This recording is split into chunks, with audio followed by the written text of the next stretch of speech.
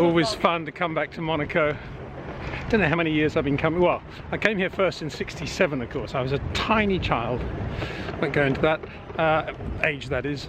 Watched from the station hairpin with my dad, watching the chicane in qualifying practice, and the race from grandstand at the station hairpin as it was then.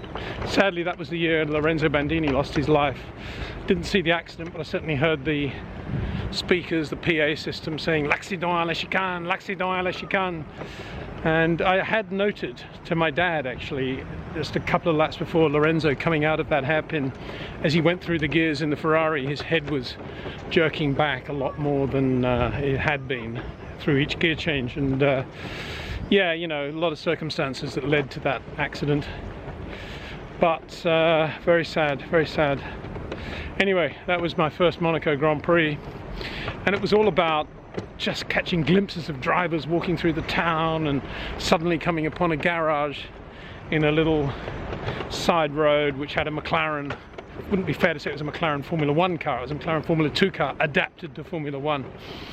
And yeah, you know, great times. Monaco's changed a lot, obviously. You can see here how much they're regaining, so, you know, stealing land from the sea, I suppose, is the best way to do it. Say it. And this is a good example. I bet this beach didn't exist in '67. It's a bit dark because relatively late flight into Nice. But it's going to be an interesting weekend, is it not? Obviously a lot of talk about Nicky. Very sad that Nicky finally lost the battle.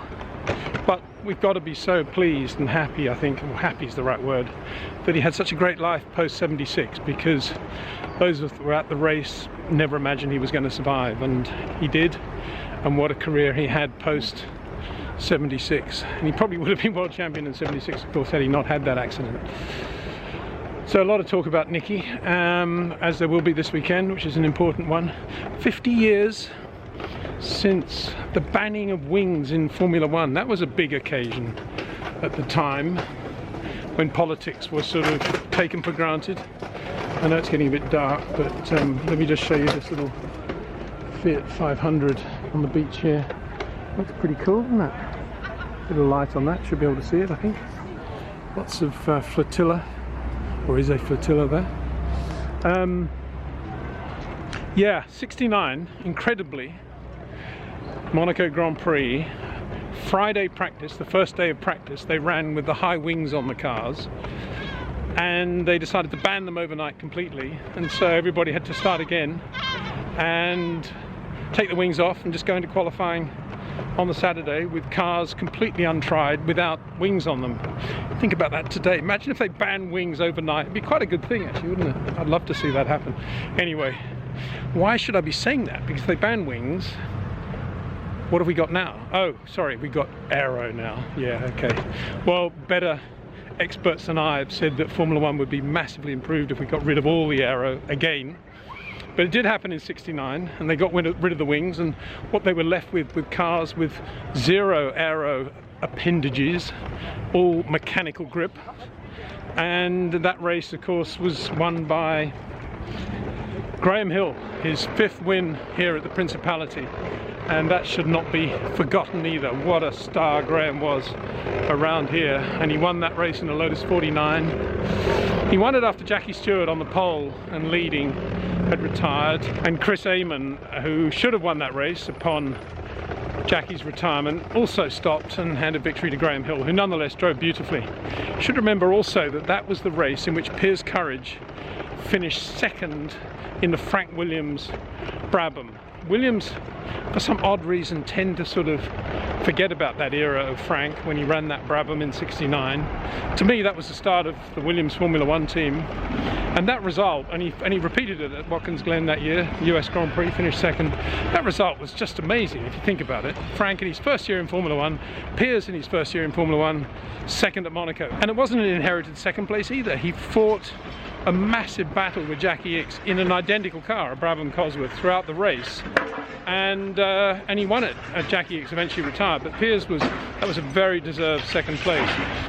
'69, Monaco Grand Prix. I mention it because it's 50 years ago, and these milestones, these anniversaries if you like, are always worth recording.